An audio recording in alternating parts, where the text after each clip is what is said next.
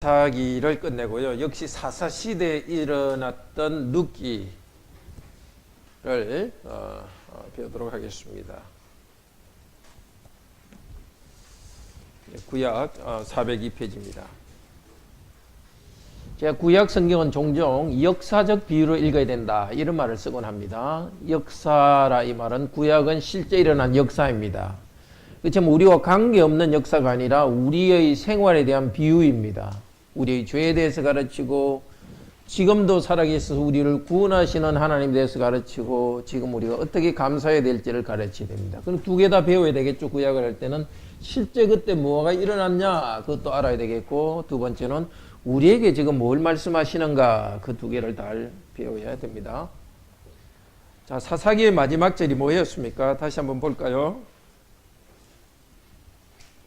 25절, 21장 25절 한번 같이 읽어봅시다. 그때에 이스라엘에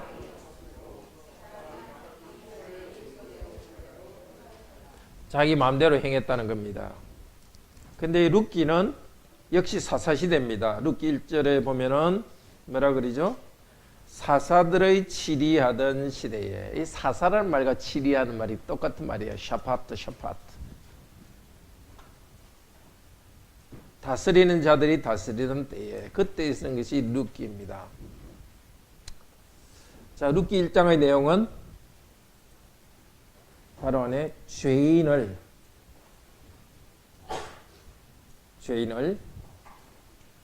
권고하시고 돌이키는 하나님입니다.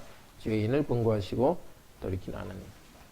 그러니까 룻기 전체의 내용도 사람들이 자기 마음대로 했다는 내용하고, 그 다음에 그런 사람들을 하나님께서 돌이켜 가지고 하나님께서 다시 복을 주신다, 그 내용입니다. 룻기는 정말 아름다운 이야기고 많이 알고 있지만은 단순히 그냥 뭐 옛날 이야기처럼 읽어서는 안 되고요, 재미있는 이야기처럼 읽어서는 안 되고, 오늘 우리에게 주시는 교훈을 바로 알아야 됩니다. 1절에 보면 유다 베들레헴에 한 사람이 있었다. 베들레헴이 무슨 뜻이죠? 베트는 뭐죠? 집이란 뜻이고, 레헴은 빵이란 뜻입니다. 베들레헴은 빵의 집, 양식의 집이란 뜻입니다. 그때에 좀 경제적으로 좀 힘들었던 것 같아요. 베들레헴에 있는 사람이, 이스라엘 사람이 아내와 두 아들을 데리고 모압 지방으로 갔다. 모압은 어느 쪽이죠? 이스라엘에서 동서남북 중에 어디입니까? 서쪽으로는 지중해고 동쪽이죠, 그죠? 동쪽 모압 쪽으로 갔습니다. 하나님 백성이 거기 가면 돼요, 안 돼요? 하나님이 약속으로 준 땅에서 하나님께서 그 공짜로 이 땅을 주셨고 자손 대대로 이 땅에서 살아라 그랬는데, 그 땅을 떠나는 것이 하나님 좋아하실까요, 아닐까요? 안 좋아하시죠? 자기 마음대로 그냥 하나님이 주신 땅을 떠났습니다. 직분의 땅을 떠났습니다. 어떤 일이 있었어요? 잘 살려고 갔죠, 원래는. 더 잘 살려고 갔는데 어떤 일이 있었죠? 우선 거기서 모압 지역에서 두 며느리를 봤어요. 그것도 또 잘못이죠, 그죠? 하나님 백성은 하나님 백성 사이에 결혼해야 되는데 땅도 버렸고 생육을 번성하라는 복도 버리고 갔는데, 저 돈 재산을 얻고 자손을 번성하기 위해서 했는데 결과는 어떻게 됐죠? 두 아들이 다 죽어버렸고 남편도 죽어버렸고 결국 몇 명 남았어요? 시어머니 1명, 며느리 2명, 여자 3명만 딱 남은 거예요. 자, 그런데 6절 한번 읽어봅시다. 그가는 누구겠습니까? 나오미죠. 나오미가 바로 이 시어머니 이름입니다. 6절 읽읍시다. 그 여인이 모압 지방에서 여호와께서 자기 백성을 돌아보시사 그들에게 양식을 주셨다 함을 듣고 이에 두 며느리와 함께 일어나 모압 지방에서 돌아오려 하여. 여기 양식 있죠? 이게 레헴입니다. 양식. 베들레헴. 이걸 보면은 아마 1장 1절에 보면은 그 땅에 베들레헴의 흉년이 들었었는데 이제 하나님께서 그 백성들에게 레헴 양식을 주셨습니다. 자, 그 땅에 하나님께서 주신 땅이 힘들더라도 소명의 자리에 머물러 있으면 이렇게 언젠가는 이렇게 복을 내려주십니다. 그런데 힘들다고 더 좋은 곳으로 도망간 사람들은 양식이 없어 굶게 했습니다. 그래서 어떻게 합니까? 이제 이스라엘 여인, 하나님 백성인 나오미는 돌아오려고 합니다. 근데 두 며느리가 따라왔죠. 얘들아 돌아가라. 너희 고향으로 돌아가라. 그래서 편히 살아라. 이렇게 말합니다.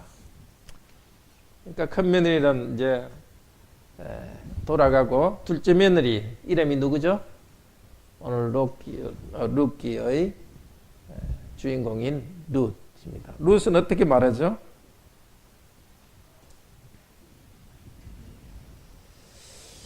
자, 우리 16절 읽어봅시다. 룻이 이르되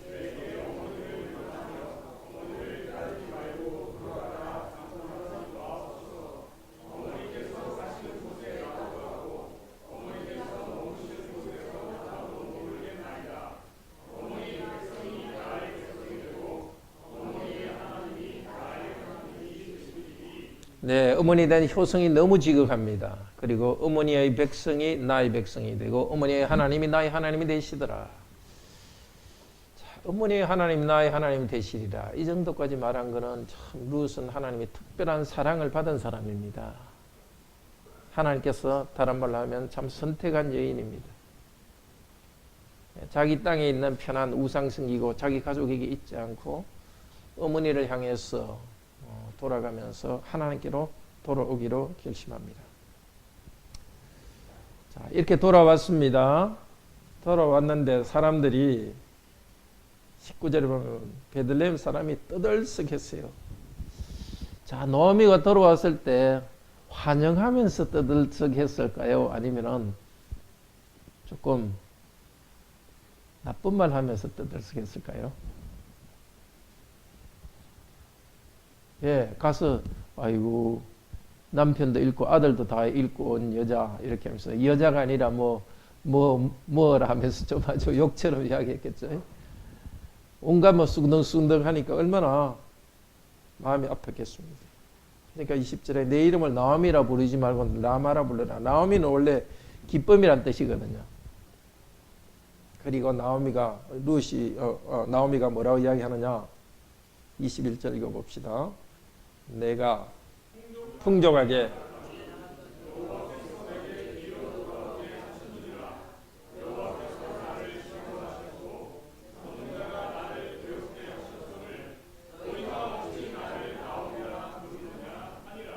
풍족하게 나갔거늘 이걸 보면은 이 나오미의 가정은 비교적 이 베들레헴 사람들 중에서 좀 잘 사는 가정이었던 것 같아요. 예. 그 땅도 팔고 간 것 같아요. 그런데 완전히 빈손으로 돌아왔는데 뒤에 말이 중요해요. 여호와께서 나를 징벌하셨고 전능자가 나를 괴롭게 하셨다. 이 고백이 중요합니다. 우리가 잘못했을 때 하나님께서 우리를 매를 드십니다. 그때 무슨 재수 없다든지 뭐 내가 운이 없어서 이렇게 되었다든지 그렇게 생각하면은 문제가 해결되잖아요. 근데 하나님께 잘못해서 벌을 받을 때 이 고백, 여호와께서 나를 벌하셨다. 이 고백 안에 희망이 있습니다.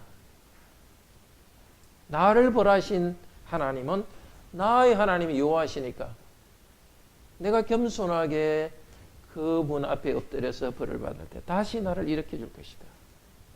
우리도 그렇게 고백하기를 바랍니다. 우리 인생의 어려운 순간이나 특별히 우리의 잘못 때문에 하나님께 벌을 받을 때 우리는 알잖아요. 다른 사람을 몰라도. 그때 하나님께 나아가서 내가 하나님께 징계를 받고 있습니다. 바로 징계하신 하나님 당신이 나의 아버지입니다. 그렇게 고백하기 바랍니다. 자, 2장 제목은 과로원이 회개한 두 여인에게 회개한 두 여인에게 온전한 상을 주시는 하나님. 먹고 살 게 없잖아요. 그래서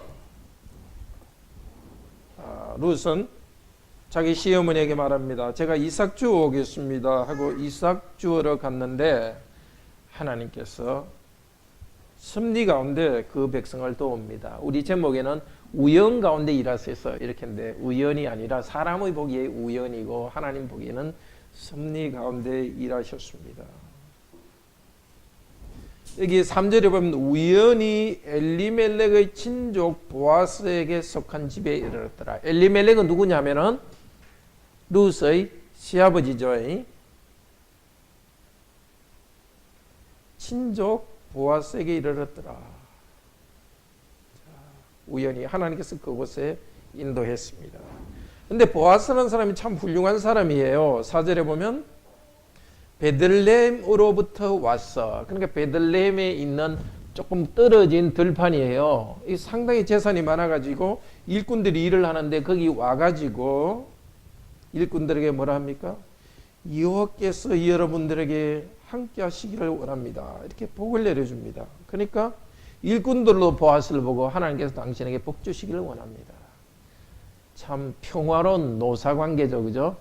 노조에서는 임금 올려달라고 파업하고 막 그다음에 이 회사 측은 뭐 노조 파괴하려고 하고 그런 게 아니라 정말 축복이 있는 이런 가정입니다. 이게 하나님의 교회와 또 하나님의 백성은 그런 곳입니다.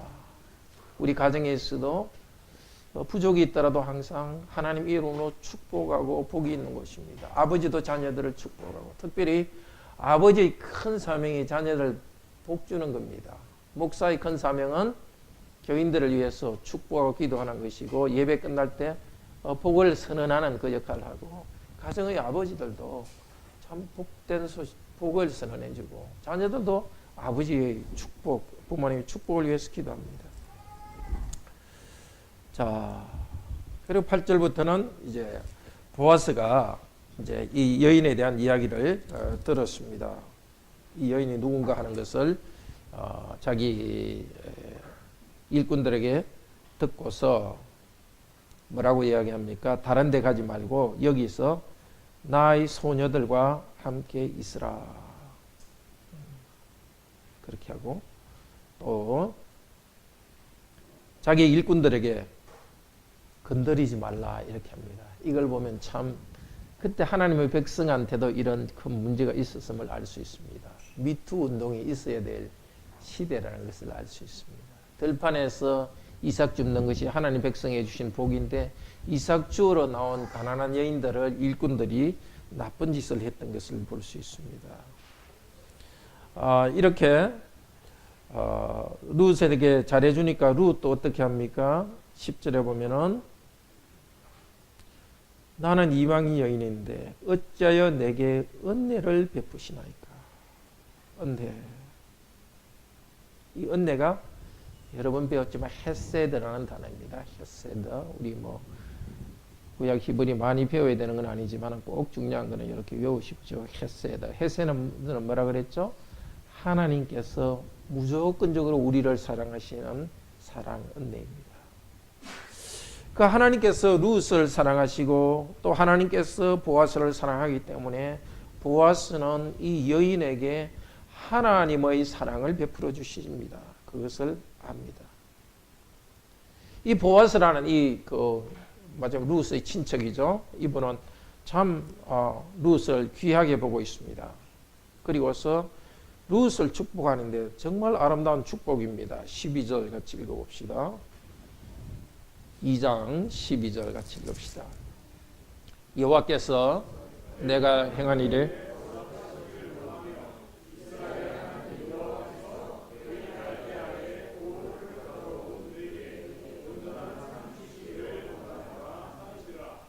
여호와의 날개 아래 보호하는 것, 이거는 비유죠.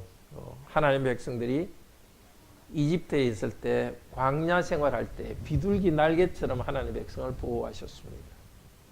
그러니까 하나님께서 백성을 보호하는 것이 이 비둘기 날개, 독수리 날개처럼 보호하는 것이고 또 큰 옷으로 덮어주는 것이고, 성전의 또 뒷부분을 또 날개라고 표현하게 되어 있어요.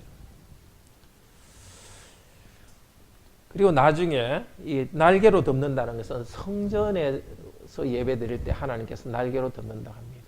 날개로 덮는다는 것은 굉장히 여러 가지를 아주 표현하는데, 핵심은 뭐냐면은 여호와께서 보호하신다는 것입니다.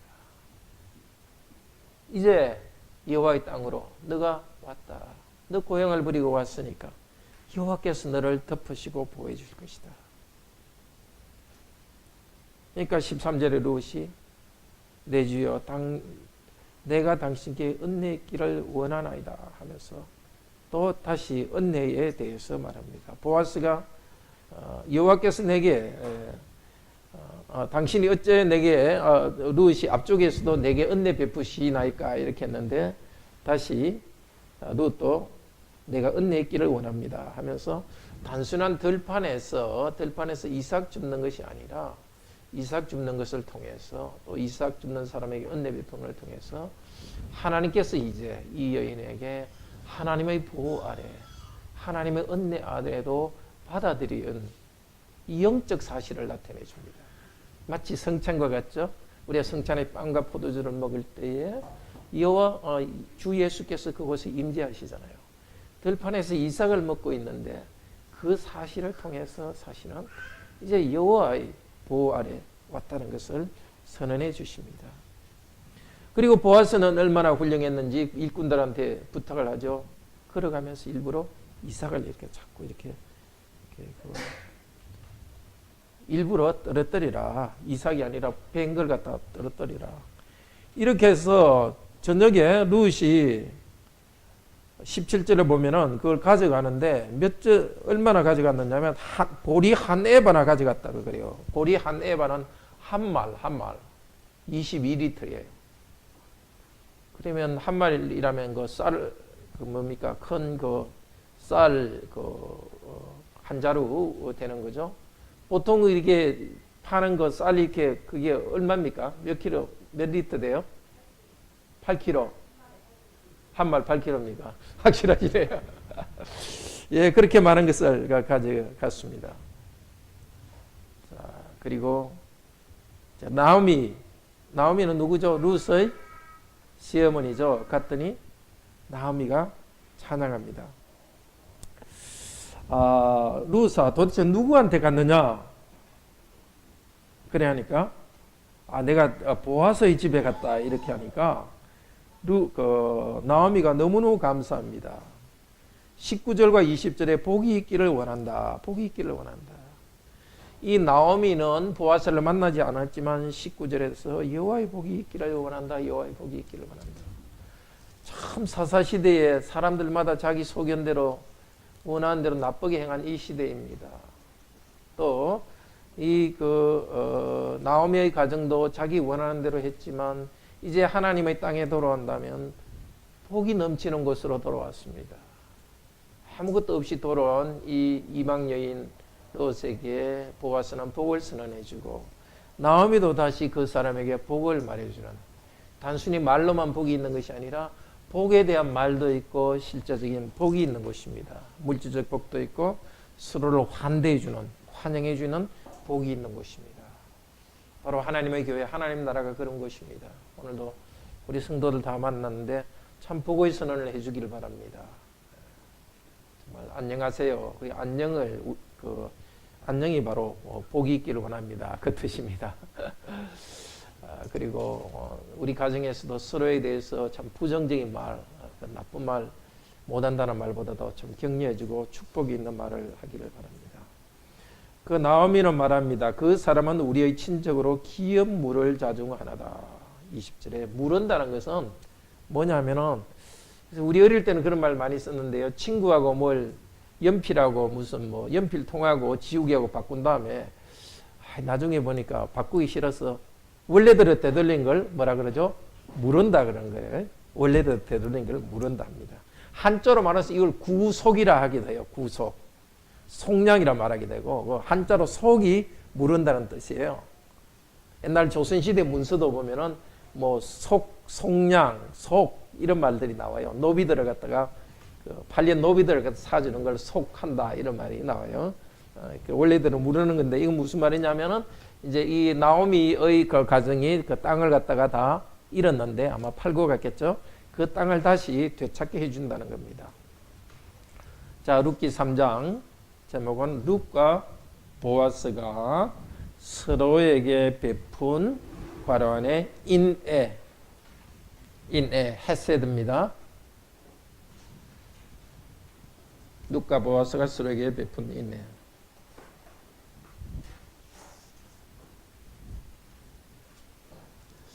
자, 3장에 보면 룻의 시어머니 나오미가 룻에게 말합니다. 딸아, 너를 위하여 안식할 곳을 주고 너로 하여금 복을 줘야 되겠다. 자, 시어머니도 이 며느리에게 복을 줄 생각을 하는데 어떻게 하죠?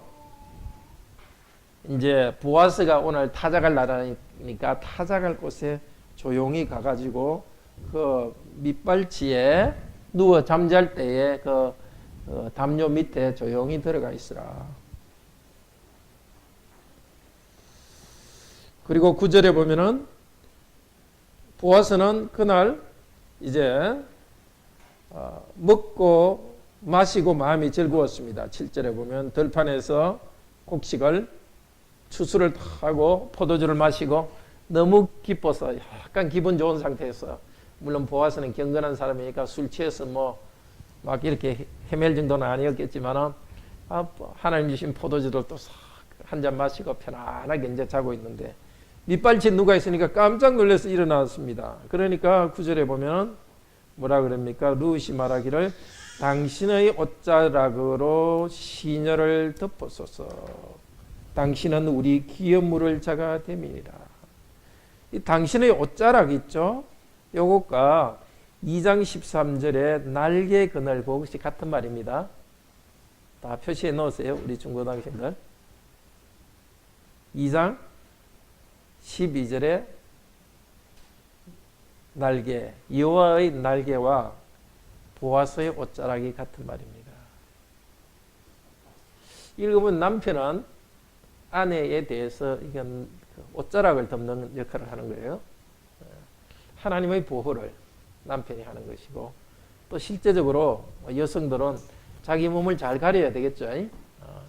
자기 남편의 옷자락을 덮어줬으니까 여성은 자기 남편만 조금 옷자락을 이렇게 드러낼 수 있는데, 너무 여성들이 이렇게 몸을 많이 드러내는 것은 그건 자기 남편에 대한 도리가 아니죠. 어쨌든 옷자락으로 덮어서서 하는 건 결혼해 주십시오 하는 것이고, 나와 결혼해 주고 우리의 땅을 갖다가 다시 돌려주도록 해 주십시오. 근데 이거는 뭐 불륜의 관계를 맺는 것이 아니라 일종의 청혼을 한 것입니다. 그러니까 보아스가 말하기를 내 딸아 두려워하지 말라. 또 10절에 보면 내게 복 주시기를 원하노라. 참 이렇게 참 아름답습니다. 성도들끼리 이렇게 서로에 대해서 참 여호와께서 당신에게 너에게 복 주기를 원한다. 또 내가 너에게 복이 되기를 원한다. 이런 태도입니다. 그리고 2절에 보면 11절에 보면 내가 너를 현수간 여자인 줄 안다. 내가 그 일을 하겠다. 그렇지만 나보다 너에게 더 가까운 친척이 있으니까 그 사람이 기업 물을 일을 하고 땅을 되돌려 오고 너와 결혼하겠다면은 나는 그 권한이 없다. 그래서 그 사람한테 내일 물어보겠다고 합니다. 자, 그리고 이제 4장 제목은 빈손으로 돌아온 두 여인을 풍성하게 채우시는 하나님.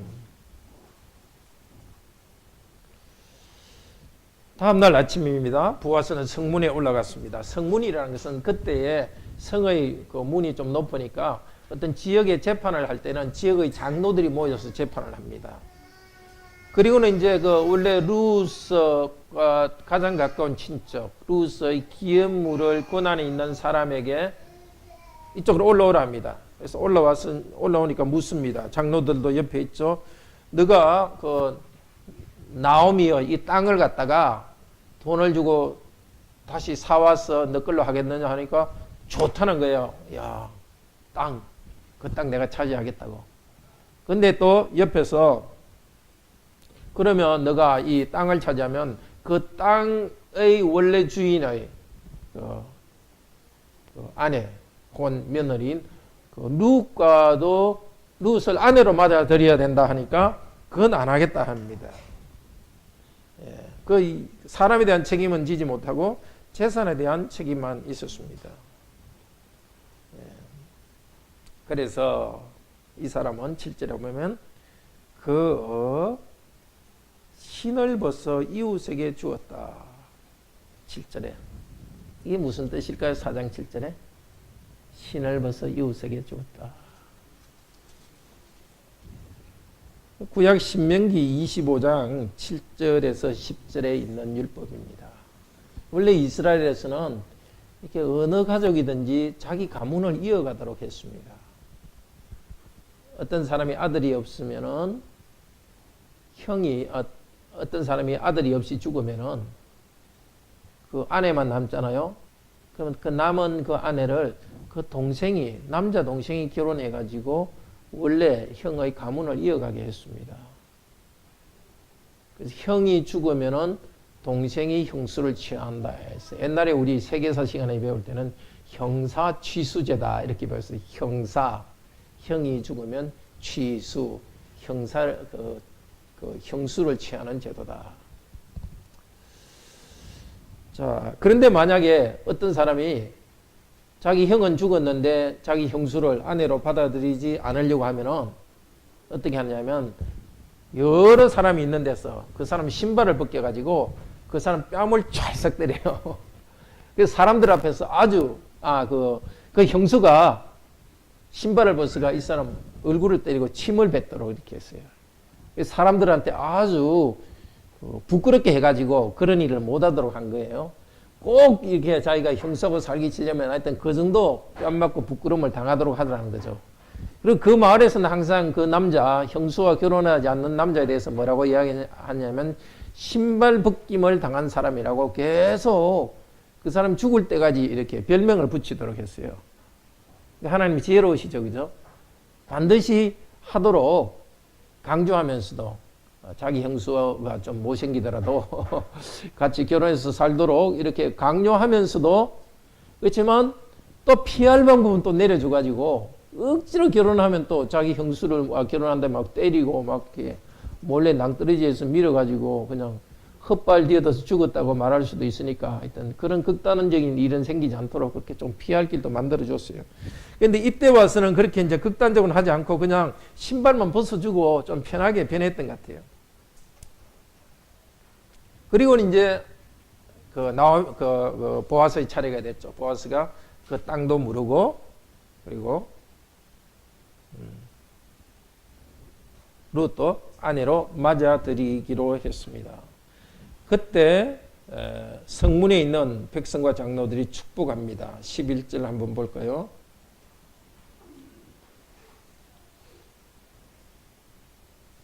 (11절) 같이 읽읍시다. 4장 11절. 성문에 있는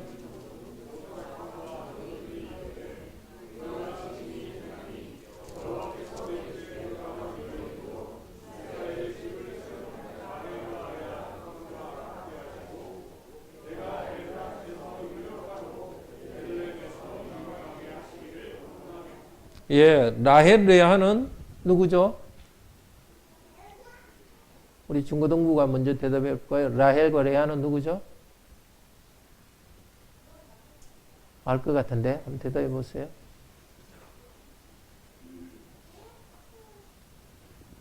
중학생부터 먼저 한번 대답해 보세요. 누구?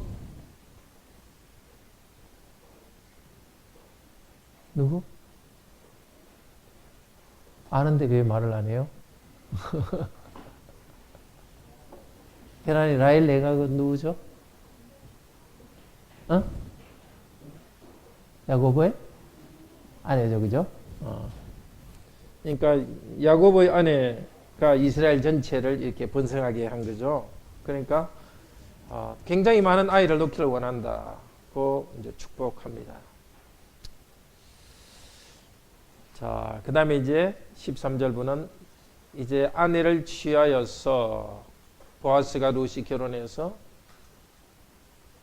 13절에 보면 여호와께서 그로 잉태케 하심으로, 결혼한다고 자동적으로 애 놓는 것 아니에요. 어떤 사람한테는 하나님께서 자녀 없이 하나님을 섬기게 하신 그런 가정도 있습니다. 근데 보아스 가정에는 자녀를 주었습니다. 그러니까 우리 14절 같이 한번 읽어봅시다. 14절, 동네 여인들이 나오미를 축복합니다. 14절, 여인들이 나오미에게 이르되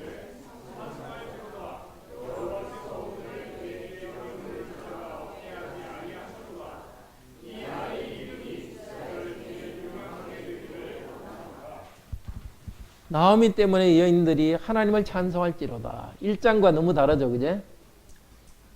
나오미가 좀 돌아왔을 때 사람들이 쑥쑥 했는데 이제는 나오미 때문에 하나님을 찬송합니다. 그리고 15절에 보면 너 노년에 이 아들이 너를 복량하게 될 것이다. 네 어머니, 너의 그 며느리는 참 7 아들보다 낫다. 효성이 지곡한 이 며느리, 그리고 이 딸에 대해서 나오미 그 아들에 대해서 뭐라고 이야기하죠? 아들이 아니라 손자죠, 그죠? 나오미의 손자는 너의 노년의 복량자다.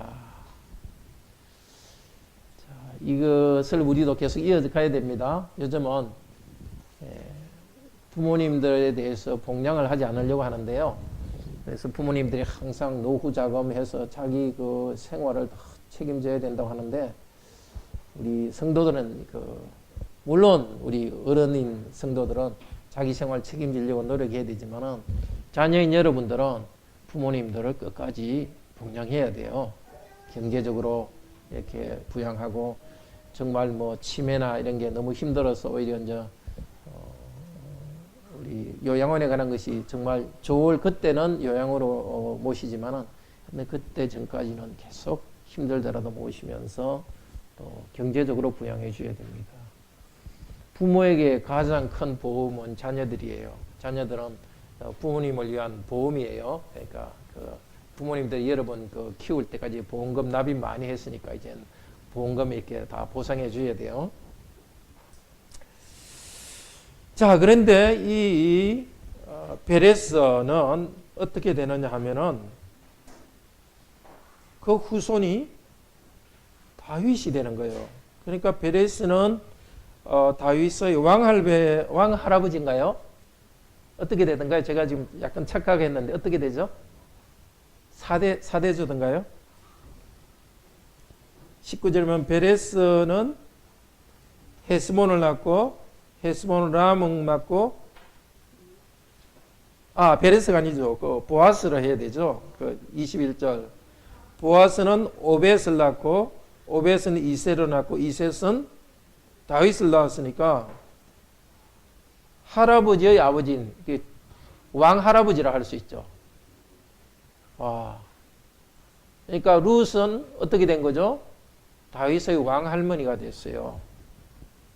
이렇게 큰 복을 받았습니다. 자, 오늘 이야기를 통해서 하나님의 백성에게 나오는 것이 얼마나 큰 복인가를 보여주고 있습니다. 자기 고향을 떠나고 알지 못한 것으로 왔지만 하나님의 땅으로, 하나님 백성으로 올 때는 정말 거지로 왔지만은 하나님께서 그곳에 가족도 주시고 땅도 주시고 후손의 복도 주십니다. 예수님께서도 제자들에게 말씀하셨습니다. 너희들이 나를 따르면은 많은 것을 버려야 된다. 그렇지만 이 세상에서도 가족을 100배나 얻고 영생도 얻을 것이다 하고 했습니다. 이 세상에서 얻는 가족은 바로 우리 성도들입니다. 아마 우리 성도님들 가운데서도 예수 그리스도를 믿기 때문에 가족으로부터 많은 고통을 당한 분도 있을 것입니다. 그렇지만은 이 교회 안에서 정말 아버지, 어머니, 아들, 딸, 이 수많은 사람을 가족으로 받게 됐고 영원한 영생을 주십니다. 그리고 이 교회는 은혜의 장소입니다. 무슨 자격이 있는 사람이 아니라 오히려 가난하고 가진 것 없는 사람들을 더 환영하는 곳입니다. 은혜를 베푸시고 하나님의 언약의 복이 있는 것이고 서로의 복을 선언하는 것입니다. 그때 하나님께서 우리에게 복을 주십니다. 이제 다음 주에 사무엘상 배우겠는데요. 사무엘상은 사사시대의 마지막입니다. 그러니까 사사시대의 이야기 중에서 룻과 사무엘상으로 이야기가 이어져 갑니다. 사사기는 사사기로 끝나지만 사사기 뒤에 사사시대의 이야기는 룻과 사무엘상 앞부분에서 끝납니다. 함께 기도합시다. 오늘도 이렇게 아름다운 하나님의